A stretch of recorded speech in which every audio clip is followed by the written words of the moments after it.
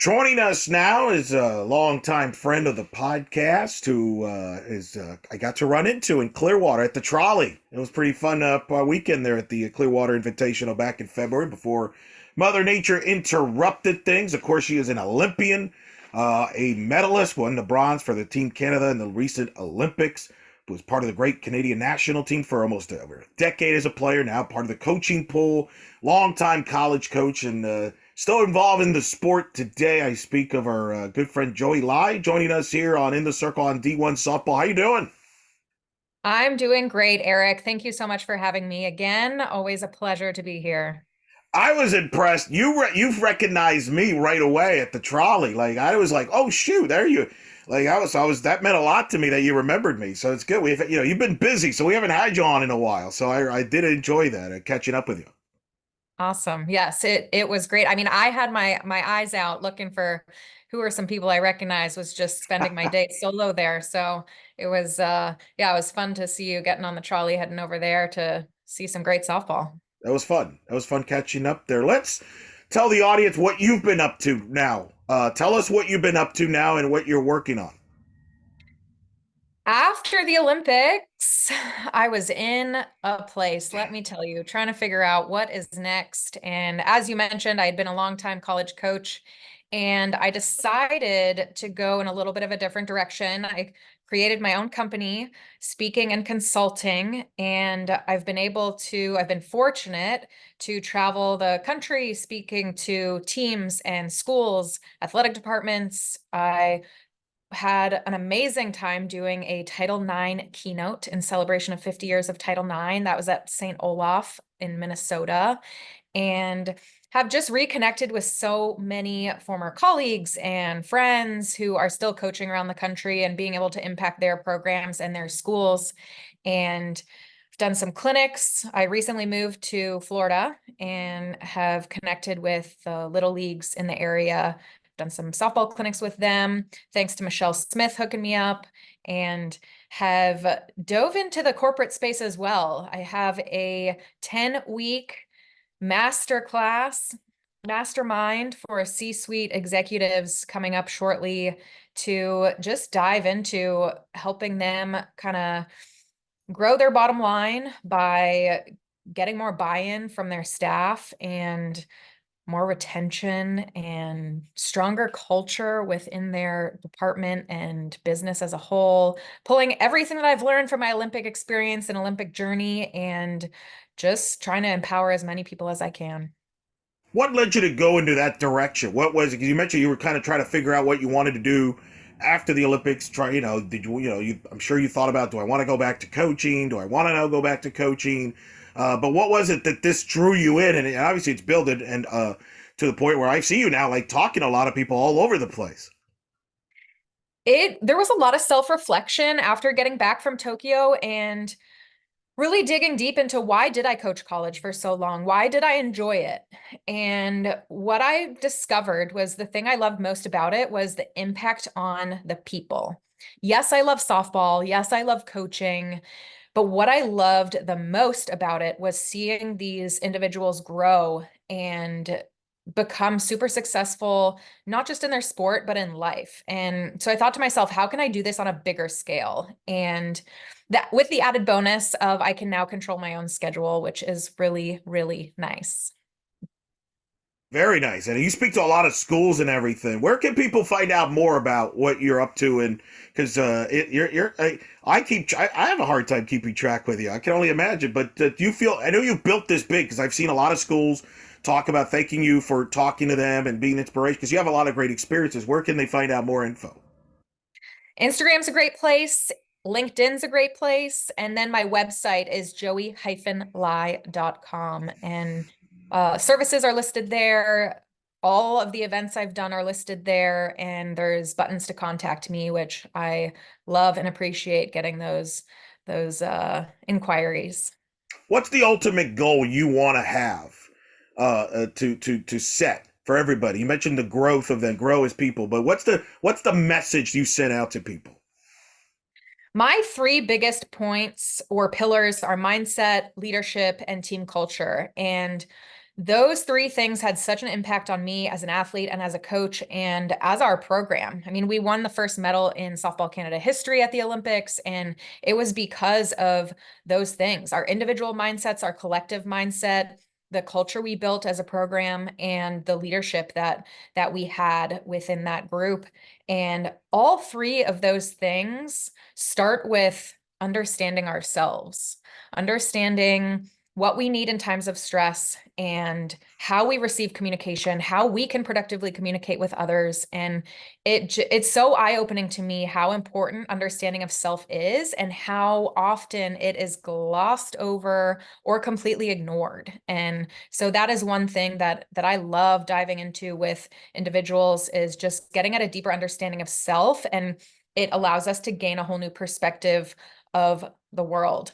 I also recently became certified in mental performance mastery, and the mindset piece of playing was just, it's what allowed me to sustain such a long career and also to be able to perform when my name was called. Towards the end of my career, I was a role player, and you never know when you're going to get called off the bench or an opportunity to start a game. And the ability to perform for me came from mastering my mind. And so I'm really, really excited to help people do that. And again, understanding of self is the one underlying thing that I challenge everyone to just think about a little bit more. I'm interesting that you bring up the mental side of the game because, as we know, softball is mostly a game of failure, and it messes with your mind.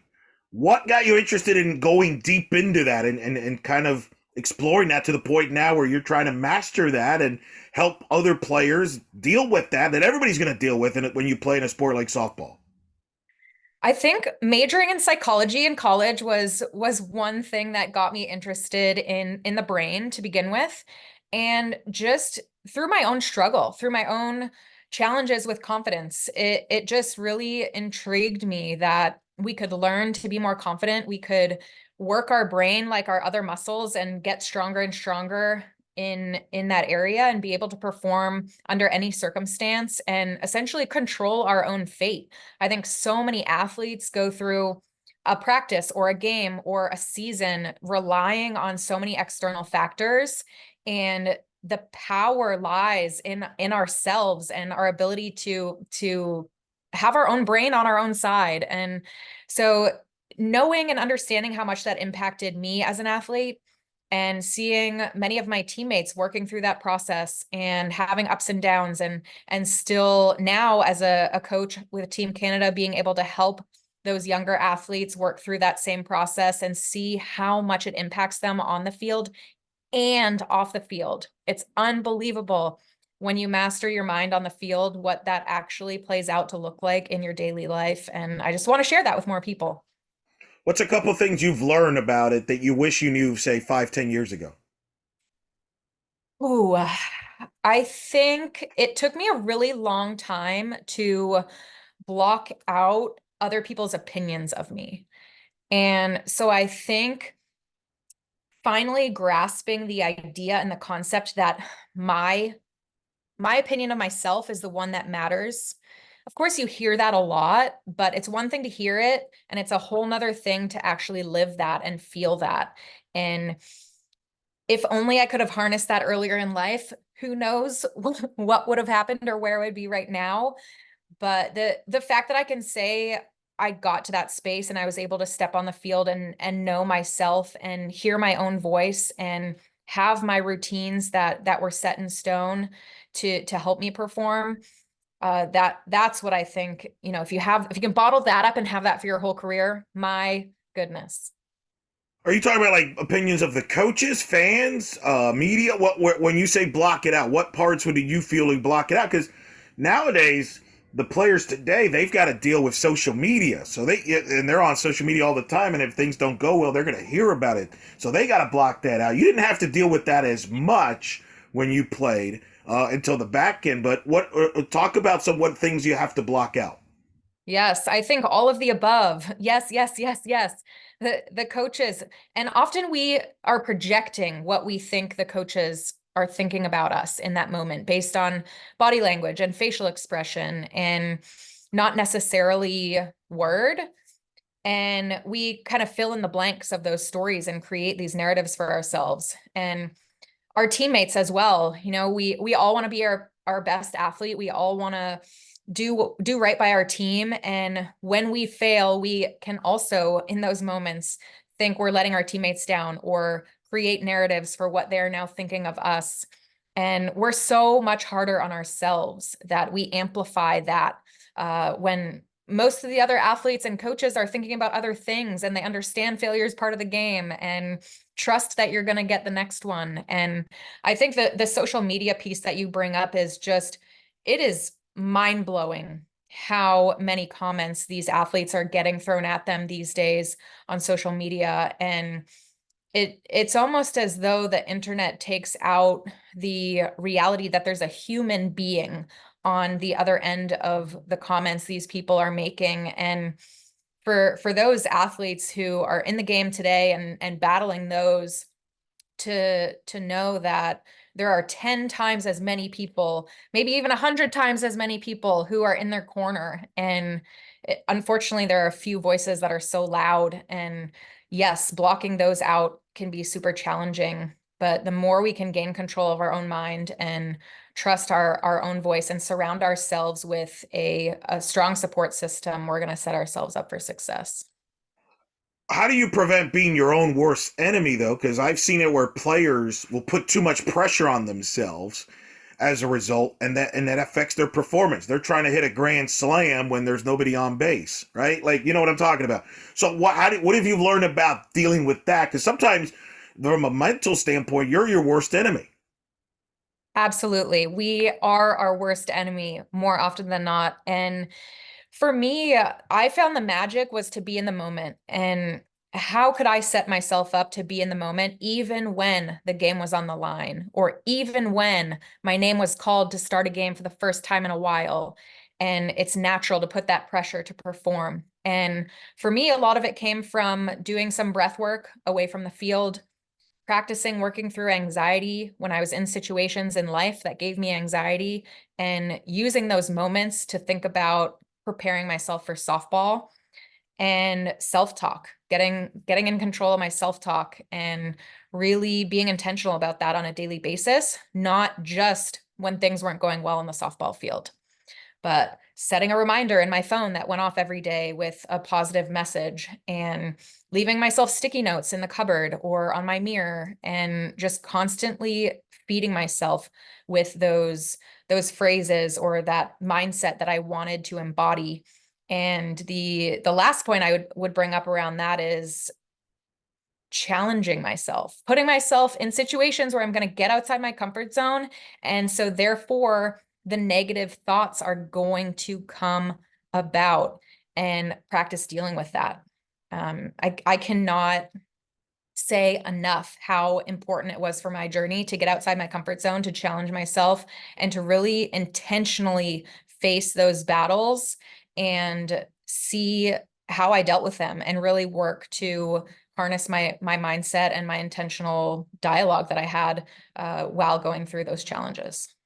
I think another thing too, from a mental standpoint, is a player who maybe has a role on the team that they're not what they envision, and they hear about it from family members who mean well, but maybe are a little biased in their opinions on certain things and what the coaches are doing and everything like that. How do you deal with that from a mental standpoint to make sure you're a good teammate and not harming the team, even though maybe you're not maybe satisfied with quote the role that you've been given? That is one of the biggest challenges, I think. Society values playing time. Society values that on-field success, and our families, our parents and guardians, the first question is, are you going to play, or did you play? And then the next answer is, how did you do? And we get so far away from, did you enjoy yourself? Did you pour into your team? Did your team get after it today as a unit? Was everybody bought in? And getting young athletes to understand that when there's so much noise on social media and society, and with families asking questions like that, is a huge challenge, and we battle it every day as coaches. You know, last spring I was back coaching at my alma mater, and it it was there in full force, right? Everybody wants to be on the field, everybody wants to be playing, and playing time, it seems to be the topic of conversation and the currency everybody wants. And in reality, the currency is not playing time. It is, are we bought into our team, and are we productively pushing towards that goal? And my signature talk when I'm working with teams is, does my medal mean less?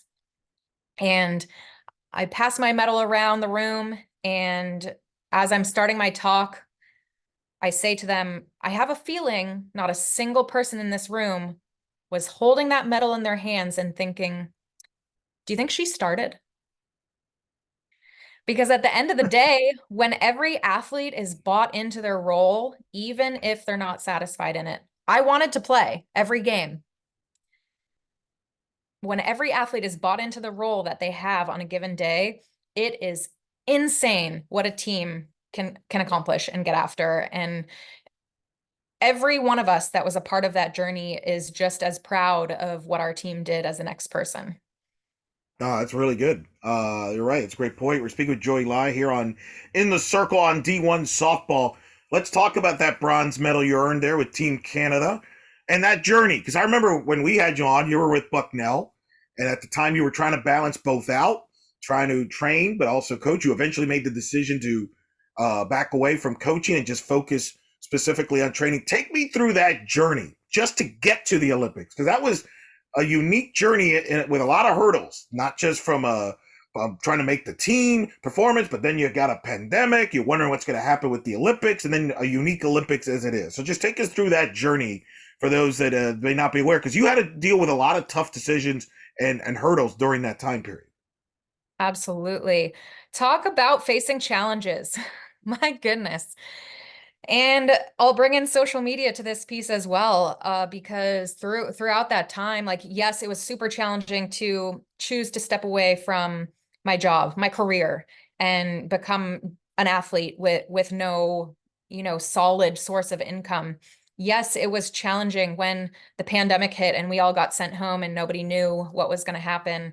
And yes, it was challenging when the the Canadian Olympic Committee decided we would not be sending athletes if the games were to continue in 2020. That 48 hours before the Olympic Committee announced that there was a delay, going to be a year delay. But I think the biggest challenge along the way was waking up every morning during that Olympic delay, wondering if the Olympics were going to happen, and still attacking the daily preparation. Social media was terrible during that time. Every news source was sending out articles and ideas that the Olympics were going to be canceled. And there were former Canadian athletes who were in support of the Olympics being canceled. And it was a lot to carry. And at one point, I finally stopped looking at all news, period, cut myself off, and said to all my family and friends, because everybody, kept sending me the articles. Did you see this? Did you see this? And so I finally just said to all my family and friends, please, no more news. I'm going to live in my little bubble where I am thinking the Olympics are going to happen, and I'm going to wake up every day training like they are.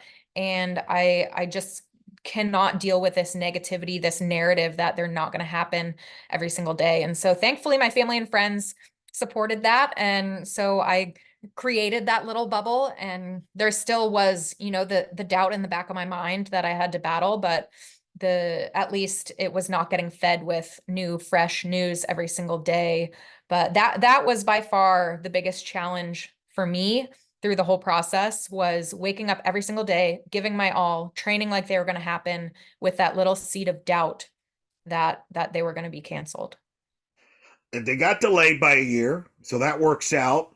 Take me through that now, knowing, hey, we're going to Tokyo to participate in the Olympics, limited attendance. It's not the Olympics you're used to, but yet it's still the Olympics. So what was that experience like? My goodness, what a unique experience.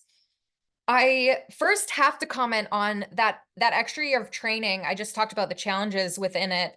It was also the greatest gift that I could have ever imagined in my athletic career. I would never wish a pandemic on the world. I would always wish for that extra year of training where I did get to just be an athlete and I got to dive into a season of Athletes Unlimited softball, and I got to train with OGX softball and get to know myself on a deeper level as an athlete, understand my biomechanics, how my body was moving, how to maximize myself. And I improved more in that year than any year prior in my professional career. And it was such an amazing, incredible way to end my softball career.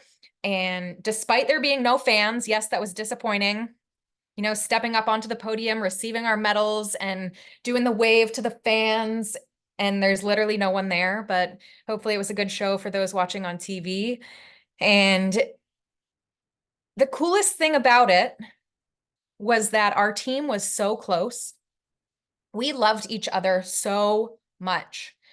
Fans could see that and feel that through the TV. And so I think for our personal experience, it almost didn't matter that there weren't fans. Maybe it was even a competitive advantage for us because we only needed each other.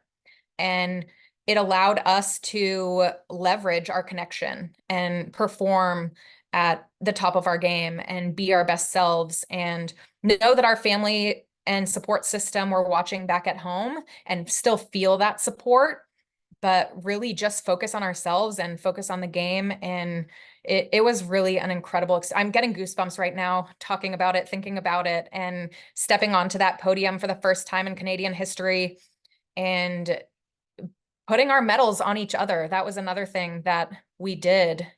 Because of COVID, the officials were not allowed to medal us. We were to pick up our own medal. And so we as a team decided we were going to hand it to the teammates standing next to us and they were going to medal us and have that special moment. And I just got another round of goosebumps thinking about that. It was the most incredible moment of my career. Wow, I did not. I forgot about that part. I remember watching the game, but who handed you? Who put the medal on you, and who did you put the medal on them? Who got the honors there? Well, fun story about that as well. A few days before that, my dear teammate, now player, Erica Polidori, came up to me in our apartment and she almost had a tear in her eye. And she said, Joey, I cannot wait to medal you, to put your medal around your neck. It will just be such an honor. And then it turned out the way it worked out that I actually got to medal her. And the individual who medaled me was the one and only Jennifer Salling. Wow, just that? Is it just worked out that way? It was just kind of random.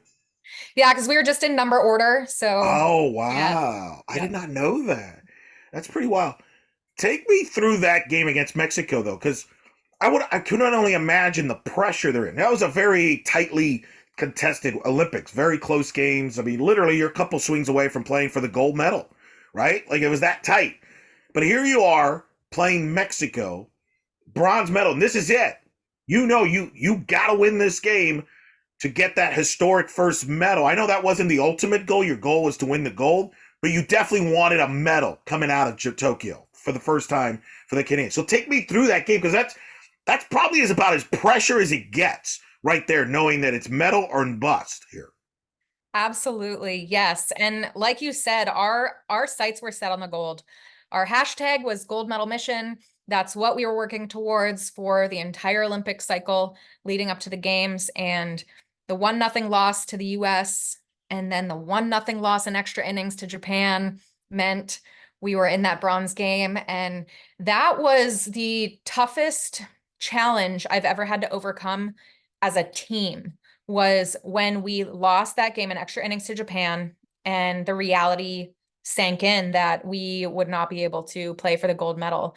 And we had a huge moment. We rode back to the Athletes Village in silence.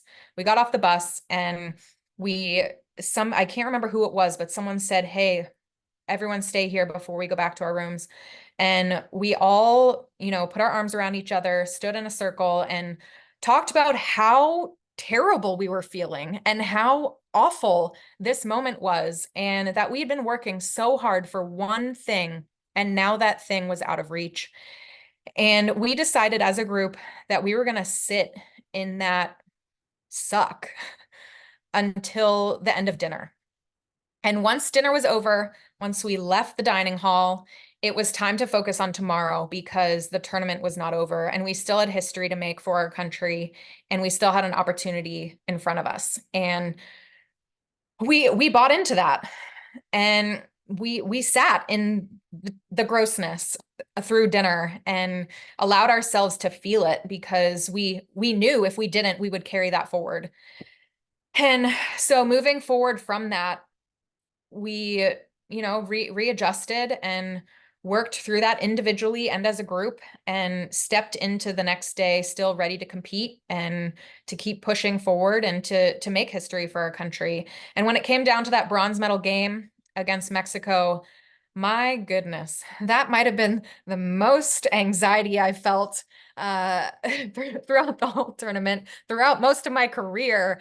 Being on the bench, I was in the pinch runner role, right? So now we're getting down to the wire. It's 3-2, and I have no control. I can't impact the game physically, right? Just on the bench. And so I was cheering my head off. I was giving as much energy as I could into our program. And just, I knew in my gut that we were going to do it. And I think our whole team did too. And that might have been the difference in the game. Our whole team as a unit had that deep down belief that we were going to do it, that game was not going to end unless we were on top. And feeling that was pretty incredible too. And that moment of that final, the tension, you can feel the tension in the stadium, and then that final pitch is thrown and the game's over, and it's almost disbelief with relief, with excitement, with, oh my goodness, I don't even know how to describe this feeling. And just so proud of my teammates and my team and what we were able to do together. I remember that because that was a quick turnaround too, right? After that extra inning game with Japan, it was not like you had a couple days to recover. You literally had to get back on it. Like I remember watching that like around midnight, but you found a way to win and get that medal, bronze medal. And for people that don't know, this is not like pro sports where we'll get them next year. There is no next year in the Olympics, right? Like, did you know this was going to be the last time you would play? Did you know in your back of your mind you were going to retire after this Olympics? Yes, I did. Wow. And yeah, so that added weight of, Right. That's my point. You're right. adding more pressure to yourself by saying, I'm going to retire after this tournament. You're not going to let it play out. You're like, you've already decided. So that's also part of your mental kind of challenges there. Absolutely. And I believe there were 7 of us who were in that boat. We were all retiring after Tokyo, and this was it. And we were here to do this. And for some, it was their second or third Olympic Games, and to finally, you know, do the damn thing and get a medal for the first time. And for those of us who it was our first time, we had been playing, for myself, that was year 12 with the national team, and the first time we were in the Olympics and able to have that opportunity. And so yes, there were definitely added layers of pressure there, and another reason why it was so important to master our mindset and be able to be in the moment knowing all that was at stake. That's remarkable. Of course, we now know the Olympic softball will be back in Los Angeles 2028. What was your reaction when you heard that?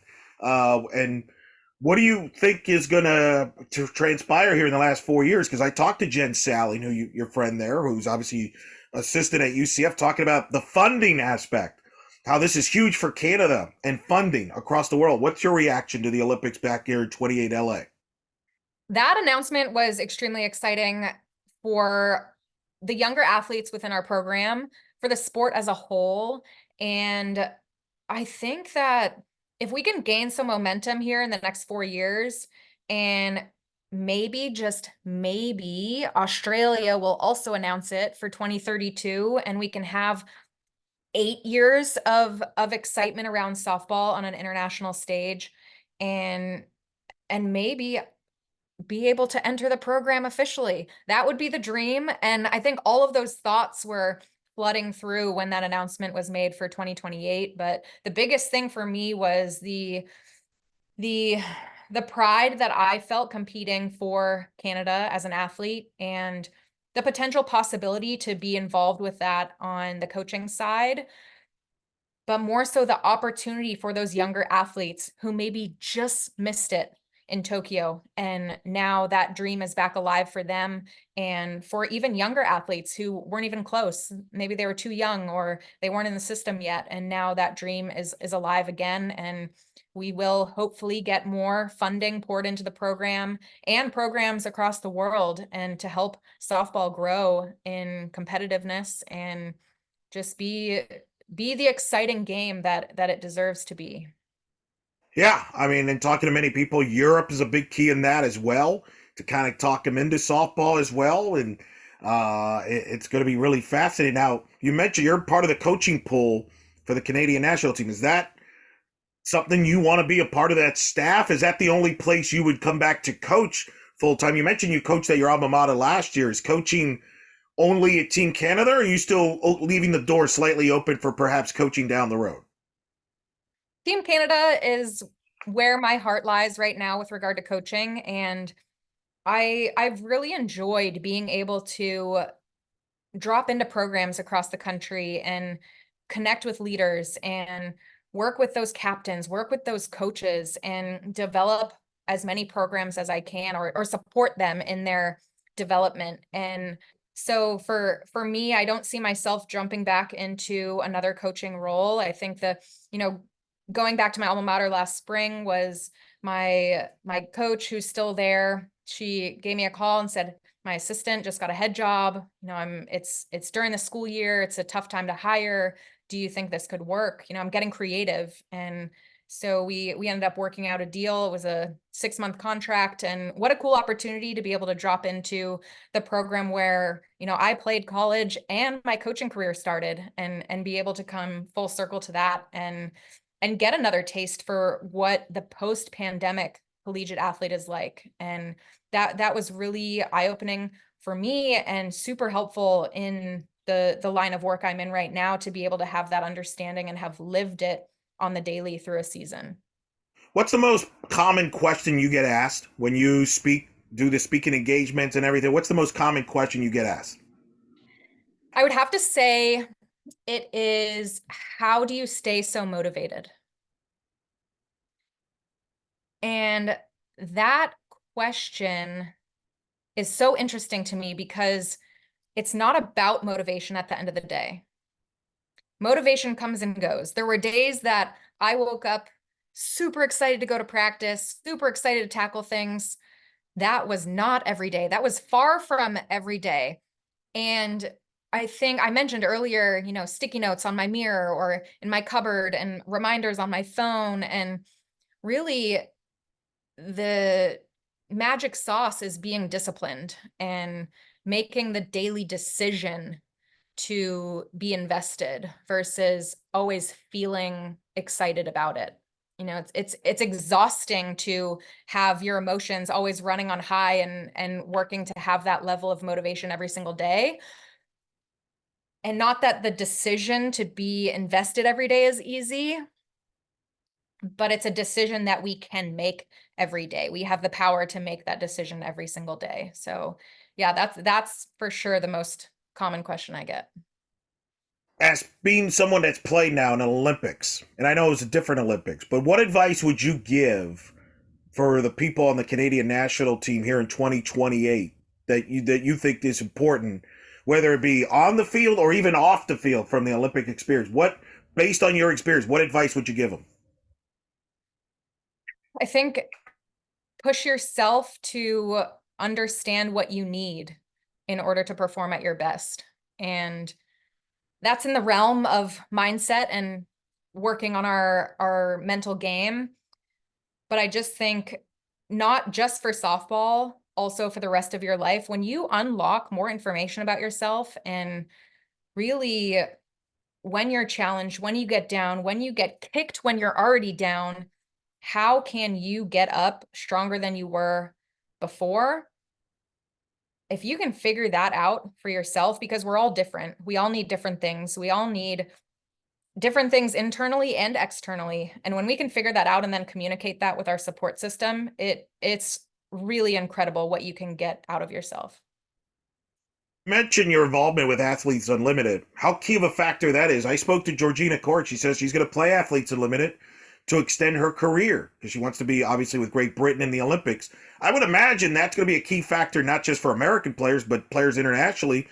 Playing in Japan might come over and play Athletes Unlimited. How key is the pro side of things from the to get yourself ready for 28 in the Olympics?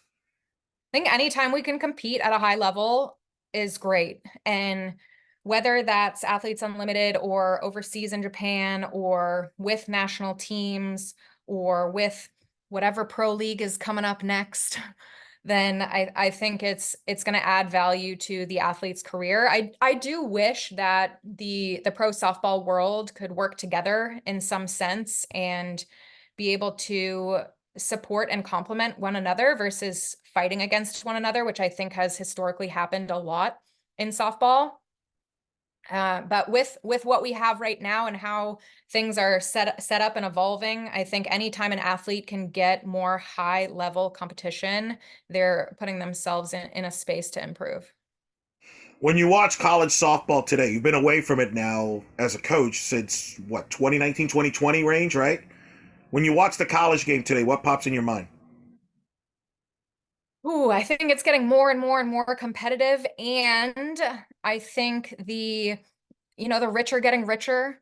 The big teams from the Power Five with the addition of name, image, likeness, I think you can see how that's affecting the game, how that's affecting the recruiting game. I think it makes me appreciate not having to be on the recruiting trail battling that battle. And really, when I reflect deeply on it, it makes me want to support those student athletes even more because I know the challenges of the name, image, likeness, the comparison, the social media, all of those other factors that are now impacting these athletes who love the game and just want to play the game. And there's so much other noise going on. It motivates me to do what I'm doing at the highest level I can. It's wild. Realignment also playing an impact. So I mean, it's just a lot of changes in the sport, which is kind of wild. And yet, what's kind of cool is you got programs like Boston, who is competing still at a high level, ranked in the top 25 as we're talking. You competed against Ashley Waters in Boston when you were at Bucknell. Does that make you kind of marvel there at what they're accomplishing? Because you were at head to head competing for the NCAA's when you were there. You were coach of the year. But you're right. It seems like there's a gap in college athletics from the big schools and the smaller schools, but yet schools like Boston are kind of, if you want to say, defying the odds or whatever you want to describe it, are showing they can still compete despite maybe the advantages that the bigger programs have. Absolutely. Yes. And I think so much respect for Ashley Waters. She's created an amazing program there. I always enjoyed competing against her. And I think had I remained in the Patriot League, we would have had a great run there, battling back and forth for the top spot. But cheers to her for the program that she's created and to be able to be ranked top 25. That's incredible. And I think an anomaly for sure. Moving forward, we'll likely see that less and less. But I think for those programs who have put together a system from every facet, checked off every box, and not just to check it off, but actually to build something amazing, there is still opportunity to compete.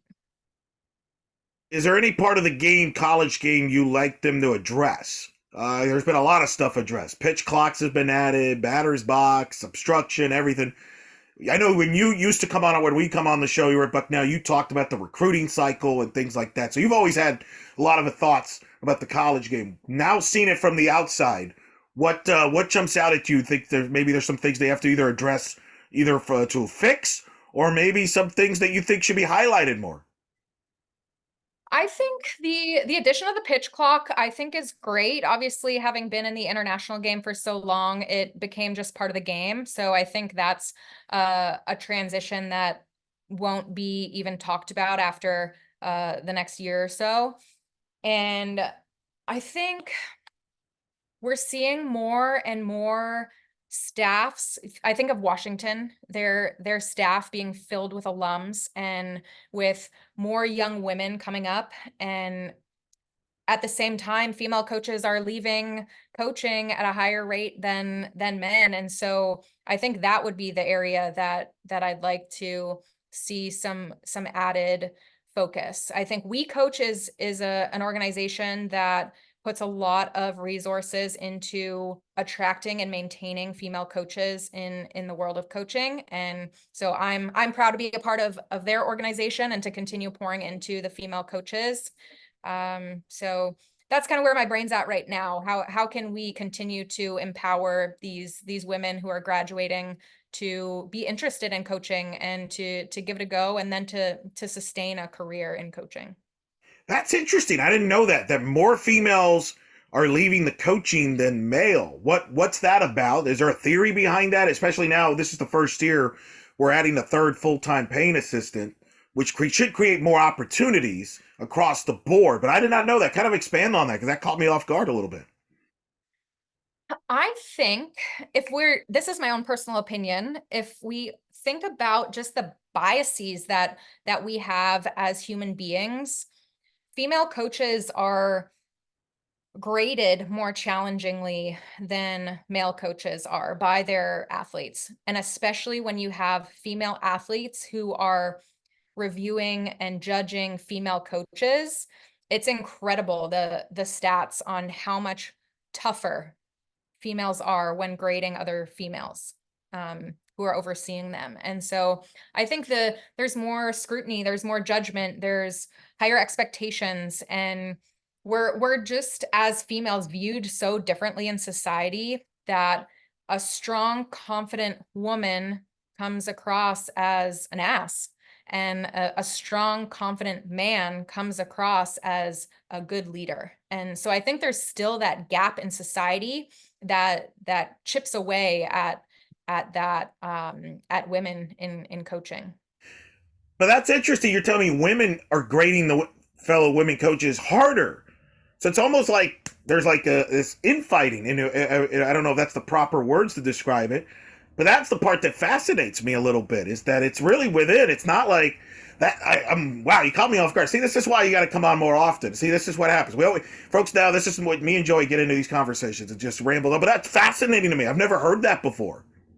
Yes, it is incredible. The number of female head coaches that I've had conversations with that will eventually come to open up about the feedback they're getting from their student athletes. And when I'm able to reassure them that I hear this across the board from female head coaches, that they are getting these bad reviews from their players because the standards are so high for them, or they're viewed a little bit differently than their male counterparts, and how much a relief that is for those coaches. And so for any female coaches out there who are listening to this, if you are getting challenging feedback from your players, know that it is normal. Wow, I've learned something new here. That's incredible. And it's partly because you think they hold them to a higher standard. Is that, hey, you're one of us? Like you should be able to relate with me more. Or why are you being so hard on me? Is that part of it? Like I'm fascinated by that. Wow, I wow. think a lot of it is the societal bias of how we view females. And often to be a strong, confident person, it looks out of the norm. It looks, out of the norm of what females are supposed to be. And so the how we are received is different than, for generations. Men have been the leaders, they have been in these positions, they have been the voice of authority, and so we are all used to hearing that voice. And I learned about bias through some of my classes, having majored in psychology and then being intrigued by it. And I was sitting in a course just a few years ago when I was coaching at Bucknell. They offered this, lunch and learn kind of thing for investing and for being ready for retirement kind of thing. And there were two instructors for the course, one guy, one woman. And I found myself listening more intently to the man and I was aware of it. I noticed it. And so it's like, all right, Joey, there's the bias. Now, when the woman's speaking, pay just as much of attention to her and value her word the same. But until we realize and recognize that the bias exists, it's really, really tough to battle. I took minored in psychology, so I know what you're talking about. And there's a lot of biasness in general we could get into, but we're not going to do that because you've got things to do on that. But that's fascinating. Thank you for sharing that. That's fascinating to me. We're definitely going to talk about that more down the road as we talk. But I'll give you a couple more things. I know you got to get going. I want you to talk about Jen Salling, Victoria Haywood, Kaylee Rafter still in coaching, Danielle Laurie's doing commentating, just your teammates who are still involved in the sport even though they're not playing, and that impact that they're having, and you being able to follow them. Yes, it is. I mean, it makes the game so much more fun for me when I can pop up to Clearwater and watch my teammates leading other teams and impacting those athletes. And it is so cool. And current athletes too, Sarah Groenwagen coaching and watching her. And I chatted with her after a game and just said, I can tell you're in your element. I asked her how she was doing. I didn't need to because I could see it. I could see how much she was enjoying being out there pouring into other athletes. And especially for those athletes who are still playing to be able to do that. And it's incredible how much you develop as an athlete through coaching. And for my retired teammates as well who are still in the game, it's such a joy to watch. Kaylee Rafter is the most brilliant softball mind I've ever seen in my life. And just watching her from the sidelines, chatting with her hitters before they're going up to the plate, or working with them and pouring into them and understanding how her brain works. It's just so cool to see in action. It is. It's certainly a lot of fun, and we'll see how they're all doing throughout their college season. So I'm sure we will cross paths at some point during the season. But in the meantime, hey, it was good to talk to you about a lot of subjects. I think it was fascinating conversation that I think opened up a lot of eyes here and get some people to talk to think about some things of many different aspects. Joey, you're doing some great stuff. Tell the audience one more time where they can follow you and what you got coming up. Absolutely. Yes. Joey-lie.com is my website, and across all socials, Joey, the number one, Y-E. Someone had taken Joey Lie. So the L is a number one, and that's where you'll find me. And I'm also working on a book about mindset and mental performance. So I'm excited to Woo! dive more into that. Is there a timetable for this book? Ooh, I'm motivated to see if I can get it done this year, seeing that it is an Olympic year. It's exciting to see if I can get that pushed out. But there's a lot more depth to book writing than one anticipates. So but that's what I'm saying. This year, let's go. All right, no pressure. Whenever that book comes out, we'll have to get you back on to talk about the book and the process of writing that book. I'm looking forward to that. And in the meantime, I was great to catch up with you in Clearwater. Hopefully, you cross paths. You know some people in Orlando. In case you ever want to come down for a game or two. But hey, thanks for taking the time. I know you got so many things going on right now, busy schedule, but to take the time to talk to me and talk back on the podcast. Really enjoying what you're doing overall, and thanks for doing what you're doing to the game. And thanks for talking to us. Thank you, Eric. I always appreciate our time together and what you do to support the game of softball. So thank you.